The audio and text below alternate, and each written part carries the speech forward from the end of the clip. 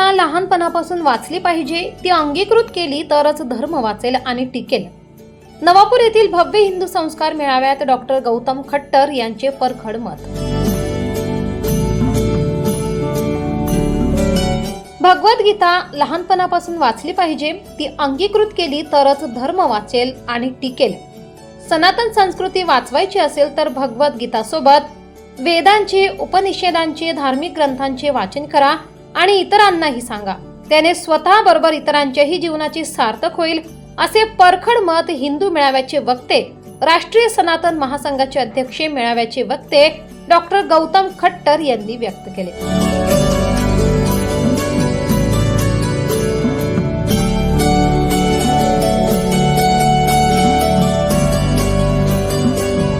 हिंदू संस्कार मेळावा आयोजन समितीतर्फे नवापूर शहरातील श्री शिवाजी हायस्कूलच्या मैदानावर भव्य हिंदू मेळावा संपन्न झालाय.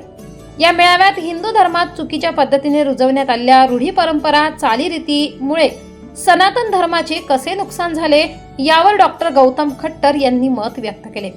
कार्यक्रमाची सुरुवात शोभायात्रेने सायंकाळी 5 ला करण्यात आली.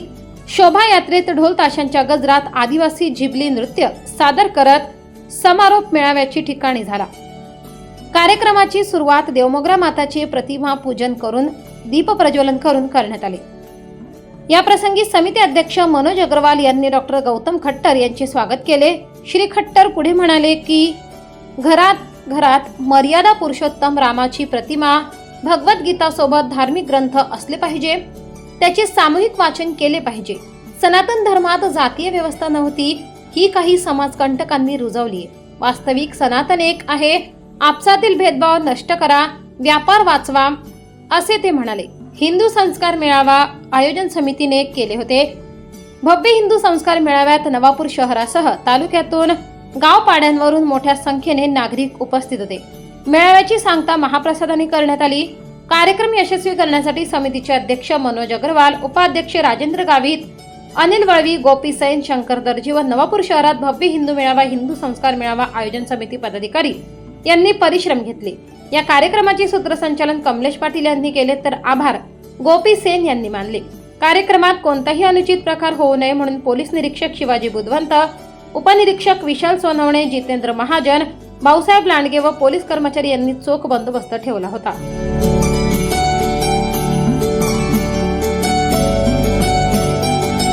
जीवन में कैसे कर सकते हैं? कदापि नहीं कर सकते। लेकिन इस दुष्चरित्र को, इस दुराचार को हमने अपनी संस्कृति का अंग बना करके अपने मंदिरों में गाना प्रारंभ कर दिया कि मनिहारी का भेष बनाया, शाम चूड़ी बेचने आया। केवल हमने ही ऐसा झूठ अपने मंदिरों में गागा करके कृष्ण के चरित्र का हनन करवाया। और उसके बाद हम सब मिलकर के एक बात कहते हैं कि इस्लाम से सनातन धर्मी को खतरा है, ईसाइयत से सनातन धर्म को खतरा है, वामपंथियों से सनातन धर्म को खतरा है, नास्तिकों से सनातन धर्म को खतरा है। इसमें बहुत सी सच्चाई हो सकती है कि इन सारे लोगों ने मिलकर के सनातन धर्म को कैसे विघटित किया जाए, कैसे तोड़ा जाए, कैसे बर्बाद किया जाए, कैसे नेस्तनाबूद किया जाए, ये सारे काम किए होंगे। लेकिन इससे पहले हम खुद अपने सनातन धर्म की बदनामी के लिए उत्तरदायित्व है, जिम्मेदार हैं। हमारे कारण ये सनातन बदनाम हो रहा है क्योंकि हम इस काम को नहीं रोक रहे। जो कृष्ण कह रहे हैं भगवत गीता में कि मैं परित्राणाय साधूनां विनाशाय च दुष्कृताम धर्म संस्थापनार्थाय संभवामि युगे युगे, मैं इस धरती पर धर्म का प्रचार करने के लिए आया हूं, मैं इस धरती पर दुष्टों का नाश करने के लिए आया हूं, मैं इस धरती पर सत्पुरुषों की रक्षा करने के लिए आया हूं। जो कृष्ण कह रहे हैं कि मैं रक्षक हूं, बचाने आया हूं, उसको हमने कहा ये रक्षक नहीं है, ये तो चूड़ी बेचने आया है। कृष्ण कह रहे हैं मैं धर्म कि हम लोगों को एक बीमारी है, वो बीमारी है श्रवण रस की।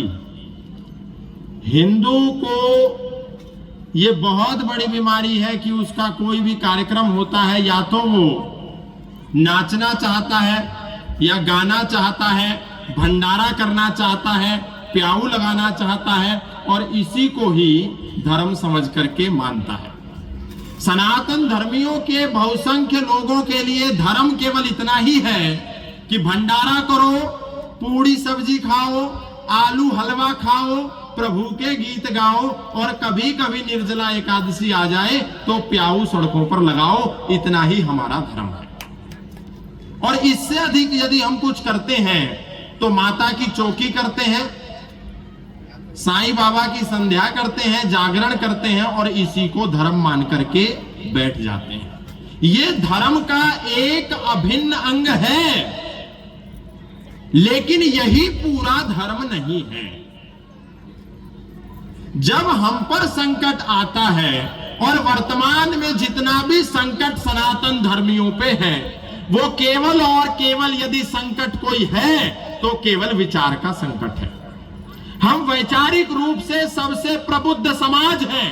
सनातन धर्मी के पास विचार के अमूल्य स्रोत हैं, जितना दुनिया के किसी भी मत, पंथ, संप्रदाय और मजहब के पास नहीं है। सनातन धर्मी के पास विचार के रूप में 4 वेद हैं, ऋग्वेद, यजुर्वेद, सामवेद, अथर्ववेद। सनातन धर्मी के पास षड दर्शनों के रूप में 6 दर्शन हैं। सनातन धर्मी के पास 11 उपनिषदों के रूप में एक लंबी श्रृंखला है। सनातन धर्मी के पास महाभारत है, रामायण है, भगवत गीता है।